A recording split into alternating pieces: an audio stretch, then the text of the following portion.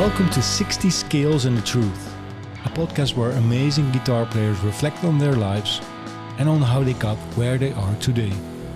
My name is Niels Guns. I'm a journalist, podcast maker and a guitar fanatic.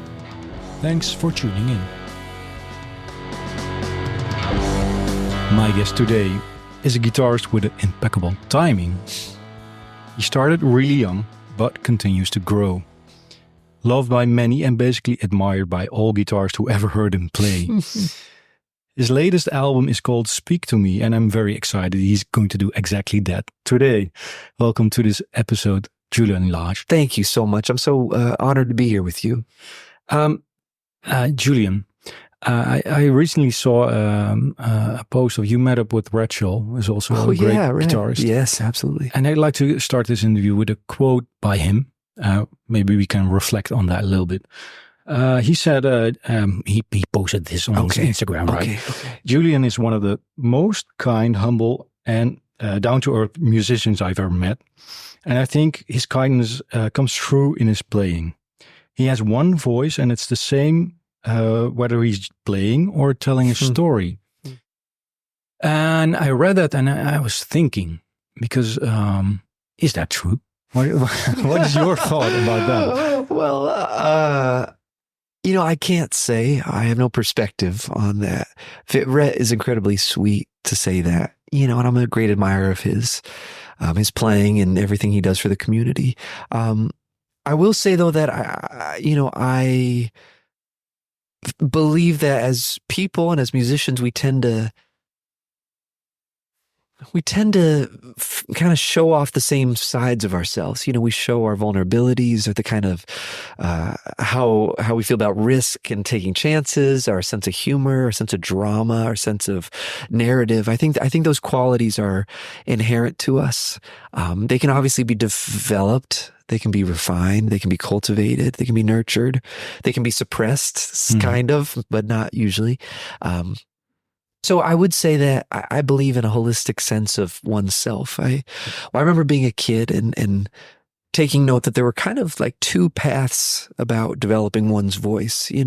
One was that you come into the world of guitar or music with no voice. You're nothing, and you have to craft it. And the other route that I remember hearing a lot about from teachers was kind of the opposite. It says, well, you always have your voice, but you have to kind of reveal it. You have to get rid of any obstacles that might be in the way of your truest expression just kind of flooding out of you. And though I see merits in both, I think the latter is probably how I think about it. I think I, in many respects, sound the same as I did when I was a little kid. The big differences I see are obviously life experience, along with just trying to kind of get rid of certain things that maybe got complicated along the way, untie some knots that got tied along the way. But the reason I was thinking about, because Red also says you seem to be quite humble and you seem to be quite soft spoken. But if I hear you play, you just mentioned the word risks as well. Yeah. I'm like, wow. That's like a very risky note to play, right? Sure.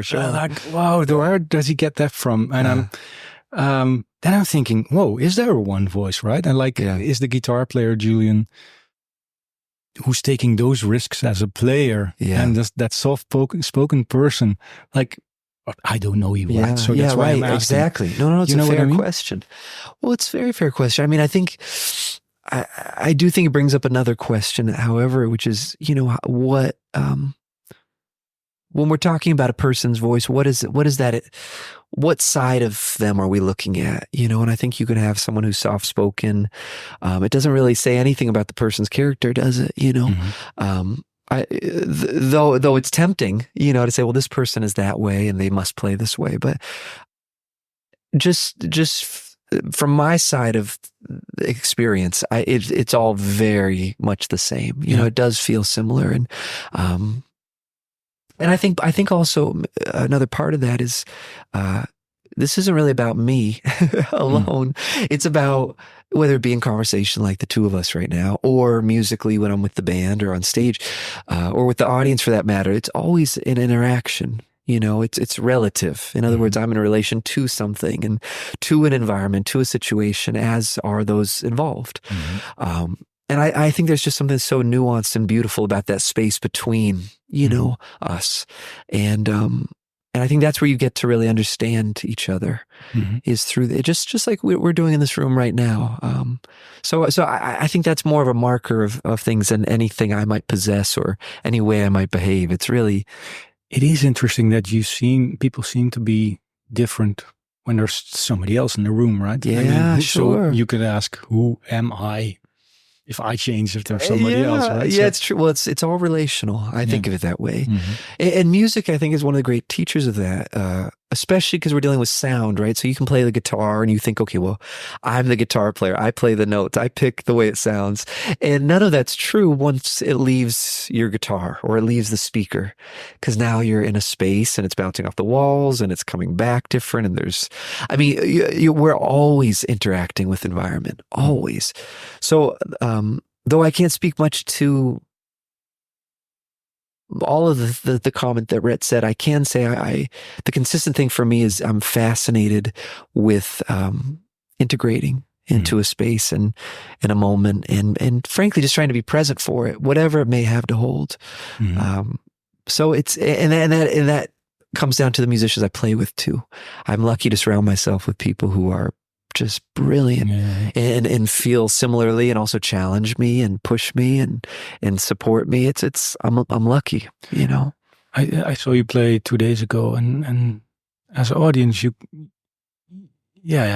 can feel you're there. Yeah, right? Good. And that's good. What I mean, it's a simple observation, but it has many layers as well. Well, it does, doesn't it? Yeah. It does. It's I feel lucky we play a kind of music. We're jazz musicians and we're improvisers, and we have these songs and we have all this stuff that we're, hopefully the point is about just us being there, and we happen to play instruments, and it happens to be music from this or that record.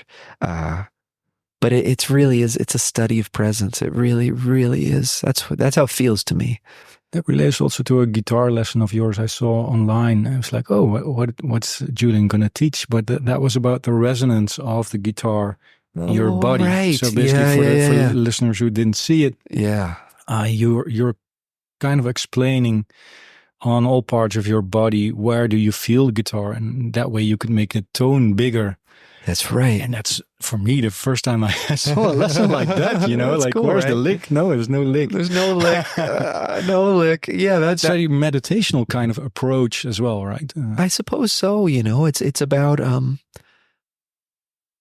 the way I look at it. I'll frame it this way. The way I look at it is that it's very tempting, especially as a student or a practitioner of guitar, to feel like you're underneath something, that you have to get on top. You have to emerge from this place you are, this place of deficiency, and kind of conquer it, and that's certainly one approach, and there are times where that feels more real than not. But I think from another perspective, music is very forgiving. It's very generous. It's very universal. And I feel that way about the guitar too. And so often, at least in my experience, you're learning the guitar, and a teacher tells you to do something, and they say, "Well, you could be better at this," and you go, "Okay," and then you work on it, and you may or may not get better. But very often, we forget, or I've forgotten to ask, "Is it true? Is that diagnosis true? Is my time bad, or do I really have to overcome that?" Again, not to say that they're wrong, but to say in order to really dive deep, I think we have to know, we have to believe it too. We have to kind of confirm the diagnosis and go, wait, the only way I can really know if what they're saying is true is if I do some tests and I inquire. And that thing you're talking about, playing a chord on the guitar and seeing where it resonates in your body as you play it, and noticing that the more you play it, often the more you can feel it, is a way of attenuating your system, frankly, your nervous system, to what you're actually playing. It's a nice place to start, rather than saying, well, I have bad tone and I need good tone. Because it's what just is bad anyway? well, right? that's it. You just have to know. Often, more times than not, that stuff is symptomatic of being dissociated from the physical experience of playing, or you're looking for a connection point. Yeah. So yeah, I do believe we're inherently good. I really do, and it's about cultivating that the best we can. To me, reminds me of quite a big swing you did on stage in Antwerp, and it. Oh, and I just missed the note entirely. But it was okay. It was great. Yeah, because everybody, you on and your drummer Dave King and Jorge. Jorge Roeder. Roeder, yeah, it was like. And that's funny, right? Oh, because it's amazing. You could say it's a bad note, but the experience was great. The best thing of the whole night. I love that. So you remember that note? Yeah, I remember missing it by a mile. No, I mean it's. I think the notion that what we're doing is communicating, and what we're doing is being as generous as we can with what we've got. That's important to me, and I think it's. I think. As a fan, because that's really it, right? I mean, at the end of the day, I'm a fan of music. I just love music, and I love the guitar. I think I'm seeking the things I respond to as well. A sense of human nature. One of the coolest things about instrumental music to me is that it's rather abstract. It's and that can be true of lyrical music too. But we're dealing in abstraction. We're dealing with tension release. We're dealing with I don't know, so many things that are hard to talk about. And so what excites me the most in that realm is just drama, expectation, redirection of attention, and listening, always listening. But yeah, human stuff, the stuff that makes for any good story. So I'm glad you remember that too. I was just talking about it with Jorge. I was like, that was crazy. I loved it. Because it was the biggest swing. Yeah, you thought I was going to just really stick the landing, and I didn't. But there's no mistakes in that perspective, right? No, it was amazing. It was like that. No, it's what you live for. Really, it's the best. So that takes confidence as well to perceive a moment like that in that way, right? Well, I suppose I'll tell you this much. I don't think of myself in terms of confidence. I don't think of a lack of confidence. I just never really used. I haven't ever gotten into that as my framework. But I'm sure it suits a lot of people, to say I'm secure enough in what I do, and this is, I don't really think in those terms, That's good, I suppose. Well, right? That word is surrounded with a lot of stress. I guess it can be. Well, I think at the very least, I think it comes with a certain amount of agenda. Here's what it's supposed to be, and then here's all the ways it'll go wrong. It's kind of a dualistic. It's a little bit almost too simple. I think there's a lot in the middle that I'm fond of. Let's just go play. Well, it's whatever. And part of the challenge always is letting go of the previous show or the previous experience or the previous expectation. And that too, that is very dependent on the musicians you play with, people you can trust, that you just say they are going to show up and just be wonderful no matter what they do. That sets a beautiful tone. If that's the temperament and you can share that, there's not much you have to do. Doesn't mean you don't struggle or have difficulties. It just means it's, I don't know, you're okay. You're just okay.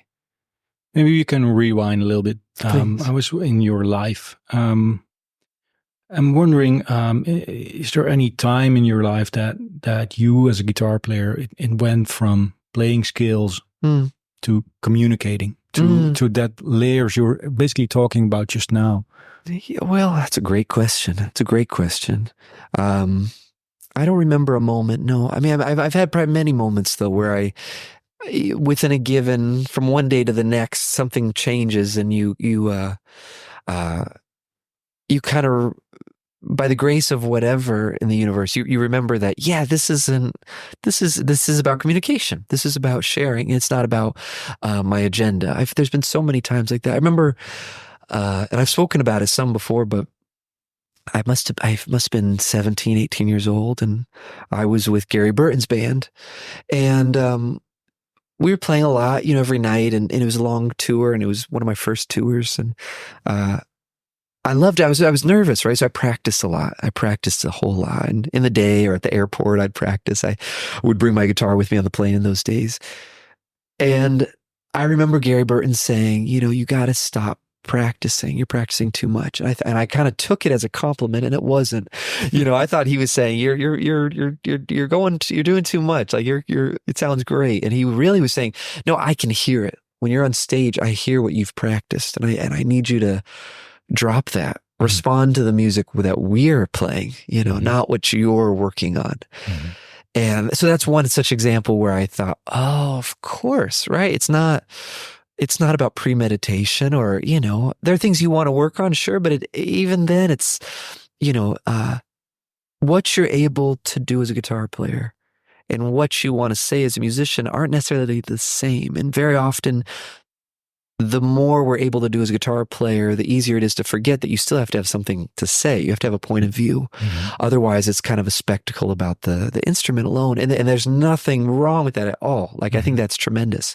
But it just so happens that I've been around mentor figures who kind of remind me from time to time, like, hey, Yeah, and anyone in particular? Well, I've always felt that way around Joey Barron. We've been playing a lot of music together. Same with John Zorn. Mm-hmm. Same with Joe Lovano. Like I said, Gary Burton. I mean, or when I played with Jim Hall years ago, these are all musicians that, whether they said it or not when we played, I got the message loud and clear that this is, the question is, what does the music need? Not what can I do, and I hope the music needs it. Mm-hmm. And it's fun because sometimes you'll say, what does the music need? And what drops in is that it needs something you can't do. Mm-hmm. And that's good news. It means you either just lay out or you go work on it. But that there is wisdom at play, in the music. It's about that. It's about the music. So, and I feel like I've gotten that message from all those people I mentioned, and then some. Well, what role did you mentioned Jim Hall? Yeah, he was very important to you, right? Extremely. Jim's my guy. I mean, as he is for so many of us, I know. Mm-hmm. I was lucky to meet Jim when I was a kid. I was about 11 years old, and we became quite friendly. And he'd call me every few months, and we'd talk on the phone. This is when I was growing up in California, and him in New York, him living in New York. And then when I moved to New York, we played together, and we did some shows, and spent a lot of time together. And to me, he's just the ultimate of modernity, a truly modern guitarist and a conceptual artist, as a composer, as an arranger, as a band leader, as just someone who thinks about what we do in a unique way. To me, I won't ever get over how special he is. Do you have that role as a mentor, so to say, also for other musicians right now? Well, it's hard for me to perceive of it that way. I've been lucky to teach for so long, and teaching really is just, for me, has been an excuse to meet other musicians and guitarists and kind of learn about their thought processes and hopefully just combine our forces to work through difficulties. Jim's presence is so godlike, to me, and that I really don't, I couldn't see anyone in that position except him, Mm-hmm. My father that way too. I mean, there's only the few, obviously my mother too. It's as far as my relationship to students and others, I really have no sense of it. I don't. I just know that we're kind of all figuring it out together. Yeah, there is no. It works differently for everybody, I suppose. Right? There's no one trick no. But it's fun to, on tour in the States, usually I do master classes at every concert before the concert starts. Mm-hmm. So if we do, 15 shows, 15 states, or I see 15 different communities, and it's amazing because the questions are different in every place. Mm-hmm. And I don't know what that means or what that says sociologically, but it's a reminder that we are all coming at it from different angles. And that's probably the biggest thing I feel is that, my biggest takeaway, I should say, is that as practitioners, as guitar players, as students of the music, we learn just as much, if not more, from our colleagues and the people who know maybe just a little more than us, or maybe a little less than us, but they know it in on a Les Paul instead of an acoustic, or instead of a Tele, or whatever it may be. Those communities of thought are, I think, where a lot of growth can happen. And it's just as important, if not more important, than having a singular teacher, or say, well, you go to this person and they show you the way. And I think that's great too. And I've been lucky to experience that in various forms as well. But I do like people learning from each other, especially people of like experience. I think that's really, really important. So then in those situations, I get to almost be like a facilitator to kind of bring up, point the conversation in a certain direction, or kind of cultivate a certain perspective, but it's by no means me dishing out the way to do it, because that would be that just wouldn't be right. You just mentioned your father and your mother. Yes. You also said the word facilitator.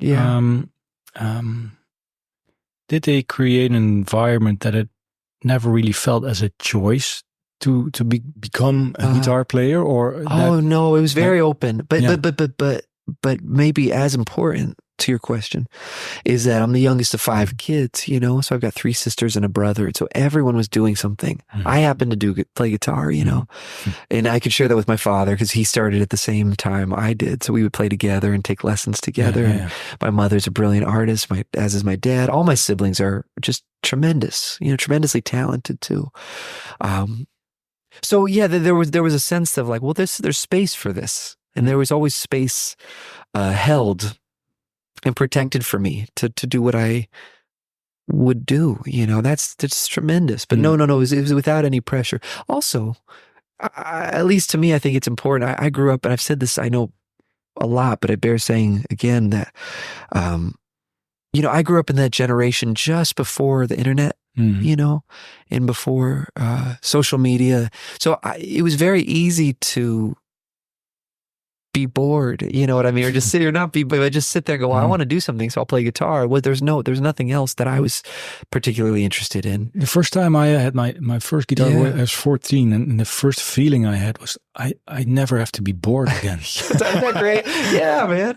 Yeah, you have a friend. It was a great feeling. It's a wonderful feeling. Yeah. You're engaged, Yeah. And there's another side to that too, though. It's like, so now you're able to devote yourself, hopefully, and it's circumstance, right? I'm lucky that I was able to and had the resources to study and be with, my family took care of me. I mean, I'm lucky. I'm really lucky, very fortunate.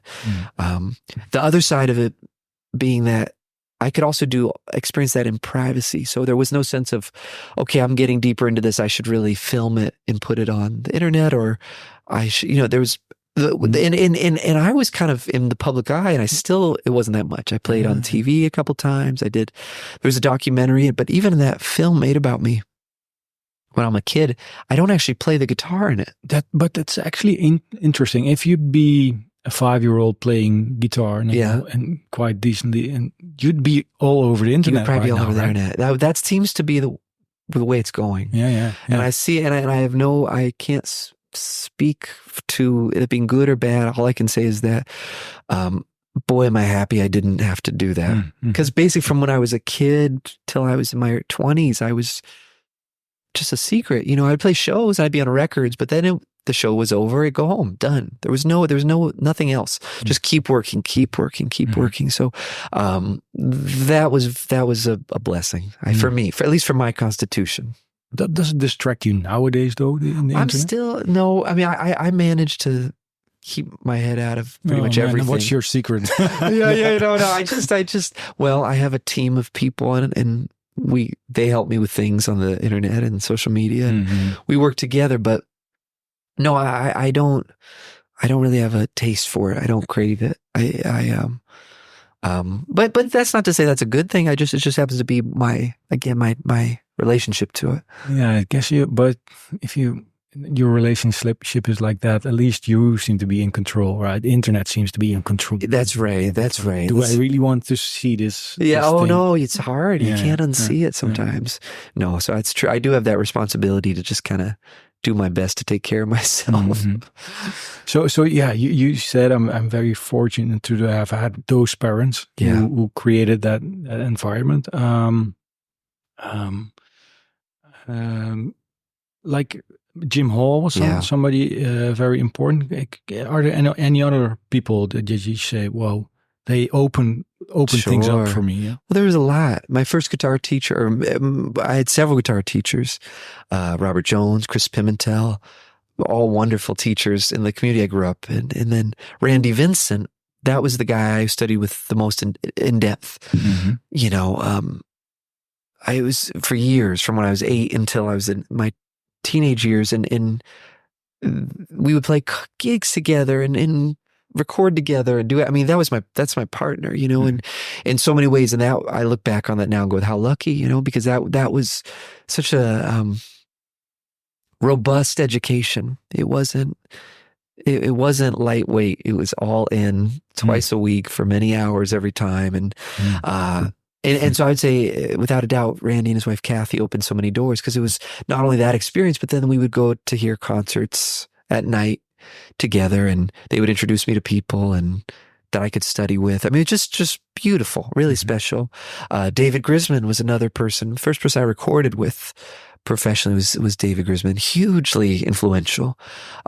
Someone who is a total innovator, as a mandolinist, as a band leader, as a conceptual artist, again, just like Jim, basically made his own kind of music, dog music, which combined all these American traditions with jazz. And then that led to knowing and playing with Bela Fleck. And then in my college years, I studied with Mick Goodrick, who was so profound for all of us. And that was another experience like that.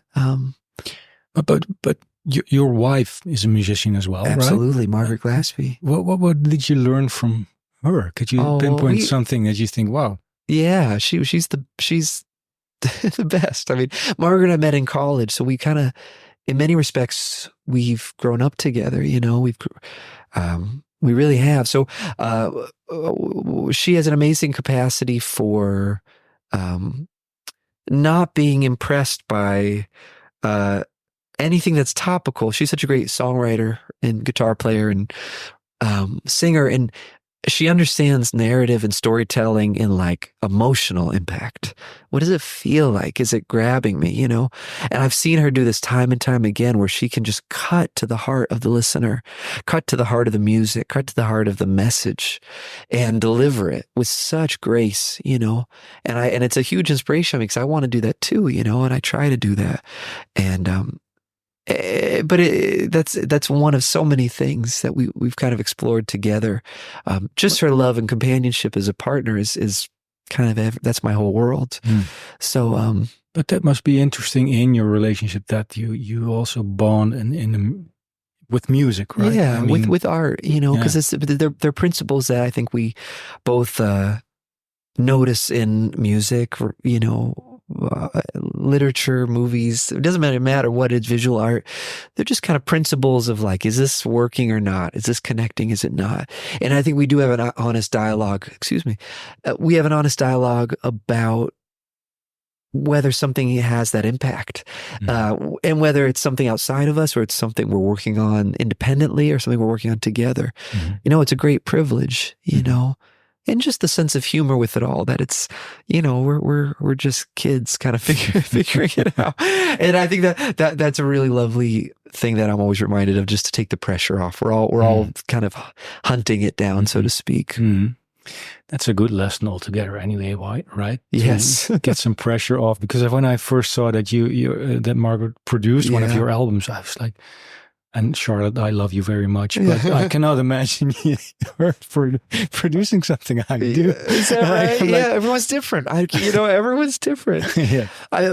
Production is cool.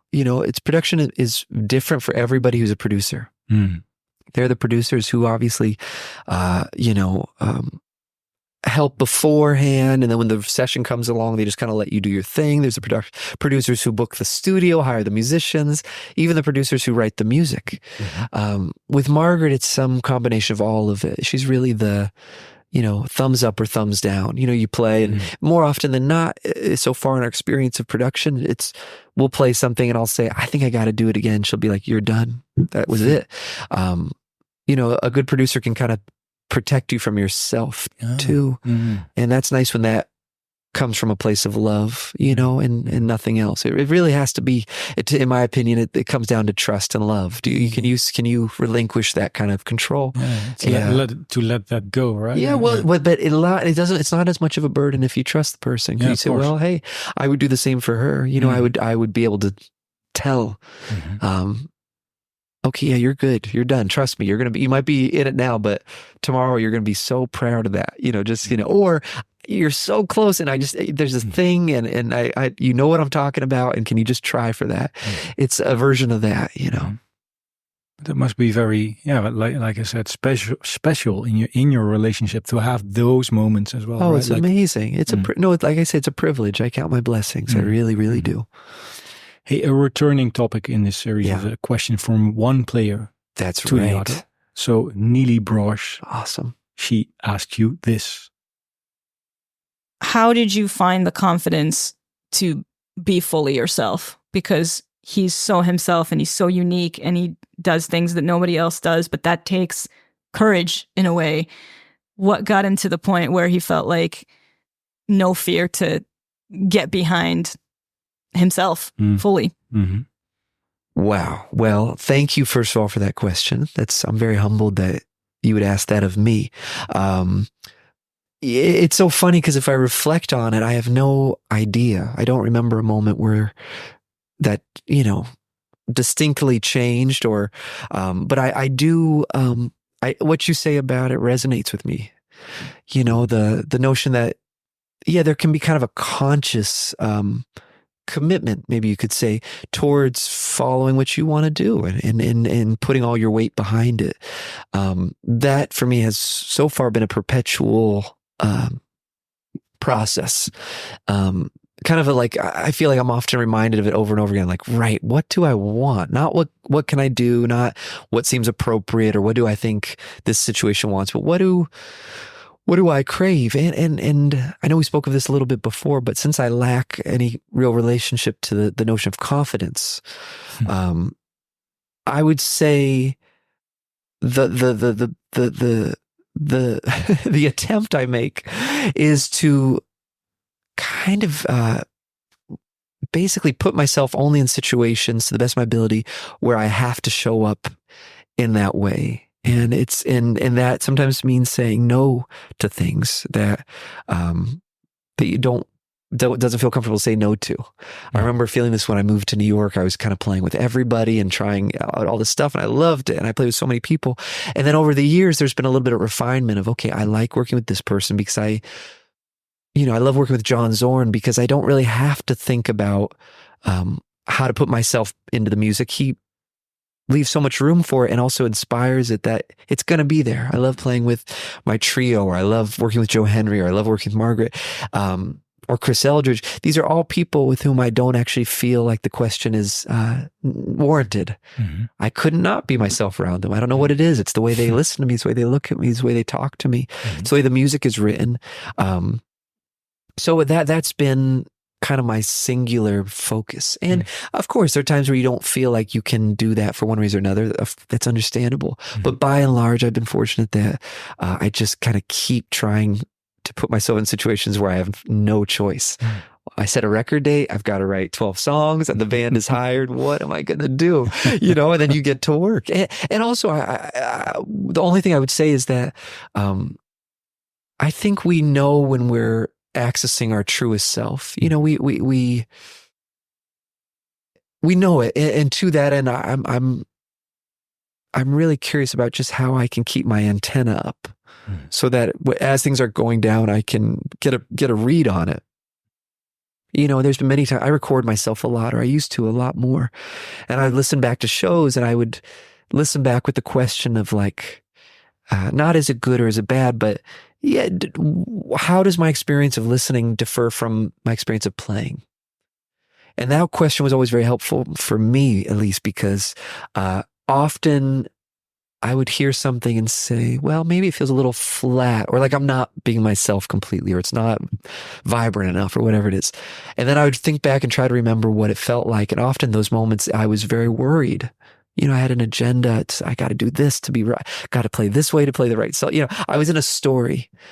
And so the practice for me has often become, can I drop the stories? Can I notice there's a story going on? Mm-hmm. I need one more chorus to really kill it. Mm-hmm. No, I don't. It's bull, Mm-hmm. but it feels real, it feels real. So I think I'm of the school, rather than thinking having courage or confidence, more, can I just be, can I question everything? Mm-hmm. Not in an annoying way, Mm-hmm. but just say, one of my teachers says it so eloquently. She says, is it true?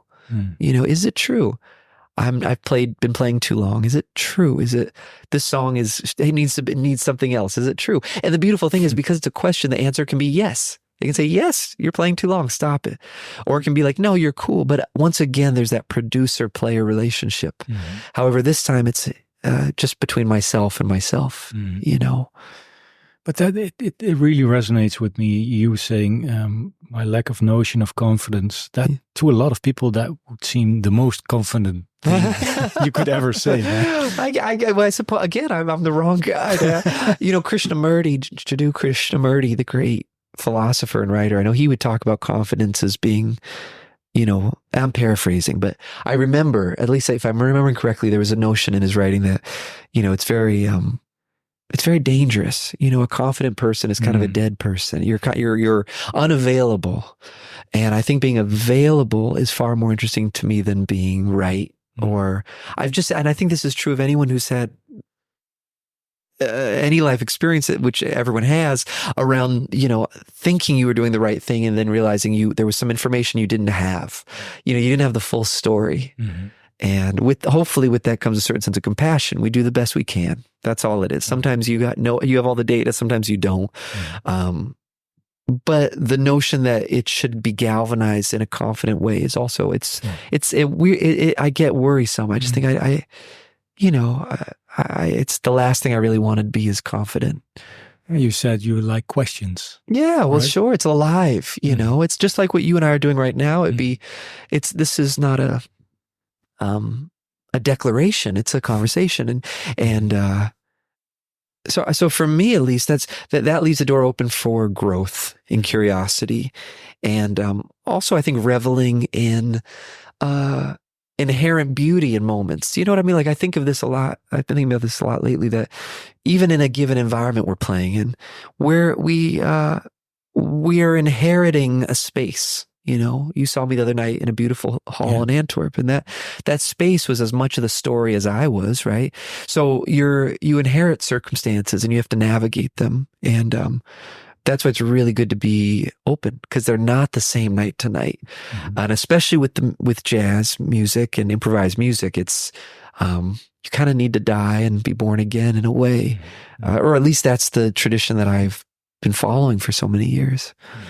And also because at one point in the set you said, okay, this last song was Northern Shuffle, and the song before that you didn't even know. I forgot. You forgot. I was like, he's so much in at that moment that he doesn't know the song before that. I just have a terrible memory too. Okay. It can also be just that. Yeah. No, but it's true. Well, we the songs we play are it's fun because we've made a lot of records as a trio and a band with Dave and Jorge.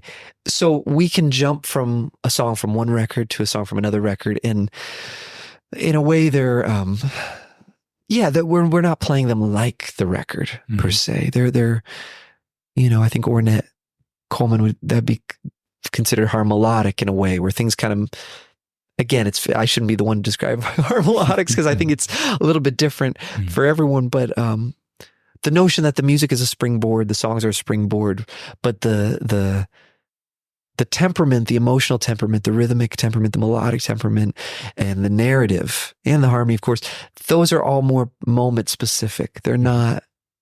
We don't have to go play it like the record. And I find that incredibly exciting, and challenging.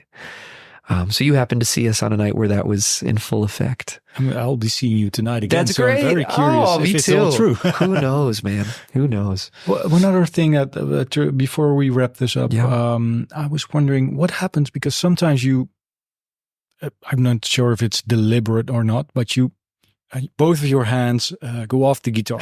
They go in the air. Yeah. Is that let me rephrase. Can you tell me what happens on those moments? Well, I think it's a simple thing, at least from my point of view, it's just, I need to just pause and listen for a second, you know. Playing is so physical, obviously, and there's so much movement involved, and movement affects hearing. You know, if you're moving, you hear things differently. If you're still, you hear them differently.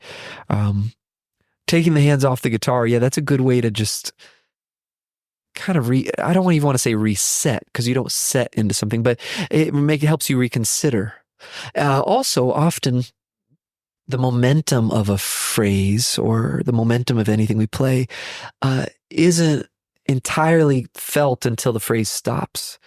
You know, so there's that old saying, a phrase begins the second the line stops. Like, it's not if it doesn't ever stop, it's not really phrase. There's points of interest, but it's the negative space after one phrase before another that's where I think there's an emotional power. So I also like stopping and just going, what does this even feel? I don't know what impact this is. What is this? What impact is this line having?